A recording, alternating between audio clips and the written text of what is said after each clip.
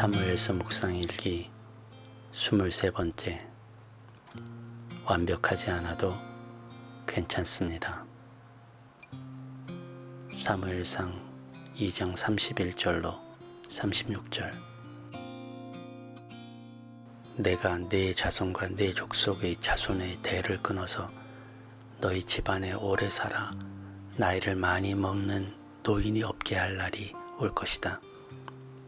너는 고통을 받으면서 내가 이스라엘의 모든 백성에게 베푸는 복을 시샘하며 바라볼 것이다. 내 가문에서는 어느 누구도 오래 살지 못할 것이다. 그러나 나는 내 자손 가운데서 하나만은 끊어버리지 않고 살려둘 터인데 그가 제사장이 되어 나를 섬길 것이다.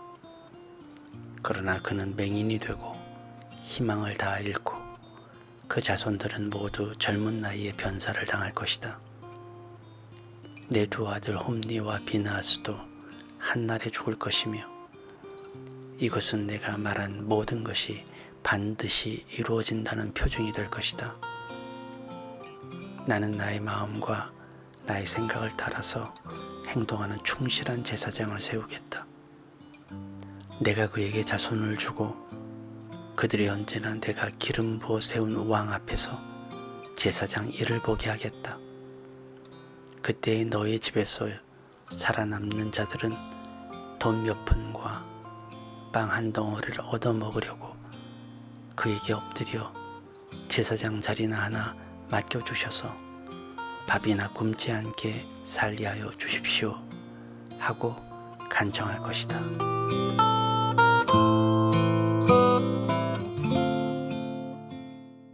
좋은 아침입니다. 새벽 공기가 차네요. 날씨를 검색하니 현재 기온은 0도라고 알려줍니다. 따뜻한 외투를 준비하셔야 할 것 같네요.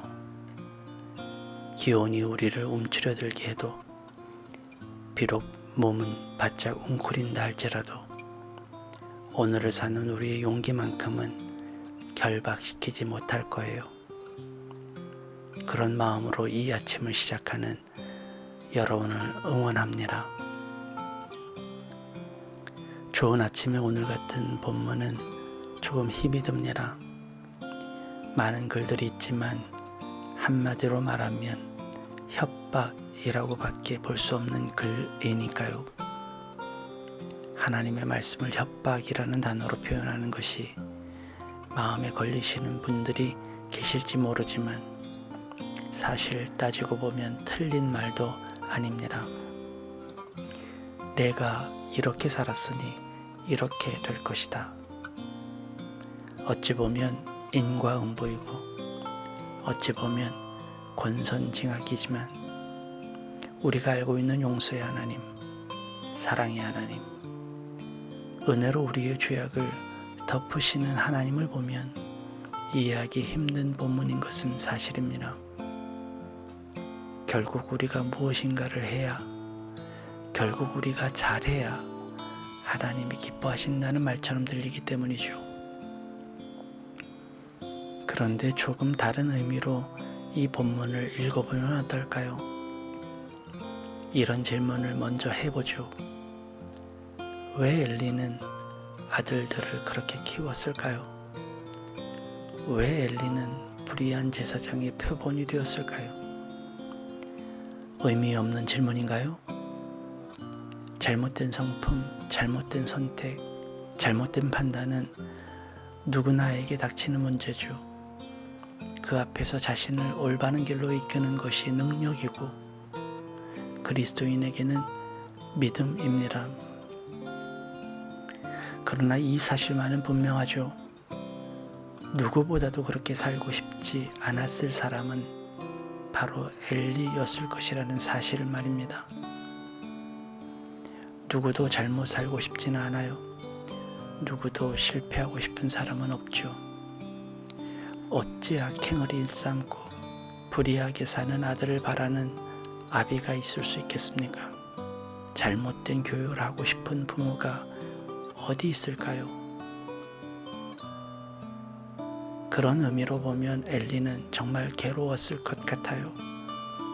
그런 괴로움의 엘리에게 퍼부시는 하나님의 협박은 잔인하기까지 합니다.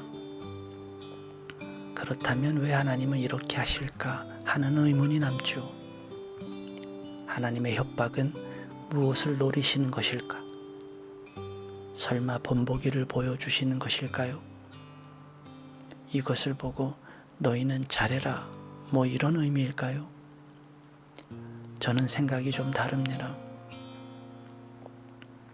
우리에게는 미루는 습관이 있습니다. 공부도 미루고 할 일도 미루죠. 그렇게 미루다가 몰아서 하거나 혹은 못하게 되는 경우가 허다해요. 이것을 사람들은 게으르다라는 말로 힐난합니다. 그러면 왜 우리는 게을러질까요? 천성일까요? 본래 우리는 게으른 존재일까요? 어떤 심리학자의 연구에 따르면 자신의 일을 미루는 사람이 또 다른 일에는 신속하게 처리하는 경우를 보게 되는 연구를 했다고 해요. 그러니까 어떤 일은 극심하게 미루면서 또 어떤 일은 너무 빨리 해버리는 이중성이 있더라는 거죠.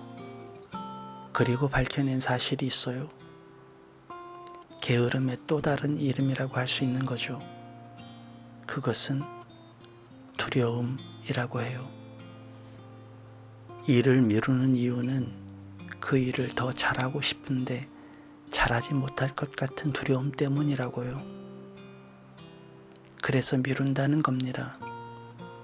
어쩌면 완벽하게 해내려고 하는 거죠. 우리 안에 두려움이 나타나면 우리의 뇌는 자동으로 그 일에서 벗어나려고 한다는 거예요. 그래서 미루게 되고 그래서 딴짓을 하게 된다는 거죠. 다시 엘리의 이야기입니다.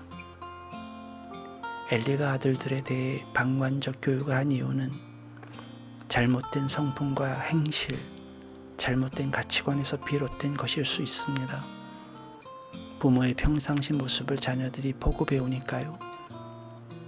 그런데 부모는 자식에 대한 교육의 특권이 있죠. 자신이 못해도 자식에 대해 옳은 것은 가르칠 수 있고 자신에게 없어도 자식에게는 알려줄 수 있는 것이 교육이죠. 그런데 그것을 못해요. 왜 못할까요? 두려워서입니다. 잘 가르칠 수 없을 것 같은 두려움, 부족한 자신을 보는 낮은 자존감에서 오는 두려움 때문에 정작 하고 싶은 교육을 미루었던 것인지도 모릅니다. 저는 오늘 본문에서 전혀 다른 하나님의 마음을 읽어요. 두려워하지 말라고 말씀하시는 그분의 음성을 말입니다. 부족해도 괜찮다고, 내가 할 수 없어도 괜찮다고, 그래도 외치라고, 그래도 선포하라고 말이죠. 우리는 스스로 부끄러운 삶 때문에 주님을 선포하지 못하는 경우도 많아요. 나 같은 것이 무슨 복음이냐 하는 이들도 있죠. 그것이 엄청 양심 있어 보일 것 같지만 사실 그것은 다 두려움 때문입니다. 못할 것 같은 두려움, 안 될 것 같은 두려움. 그 두려움을 벗어나라고 하나님을 말씀하시는 것 같았어요. 못나도 괜찮다고, 못해도 괜찮다고, 완벽하지 않아도 괜찮다고, 두려워하지 말고 하라고 말이죠. 사랑하는 여러분, 우리는 무엇을 해도 모자랍니다. 완벽할 수 없어요. 모든 것을 다 할 수도 없죠.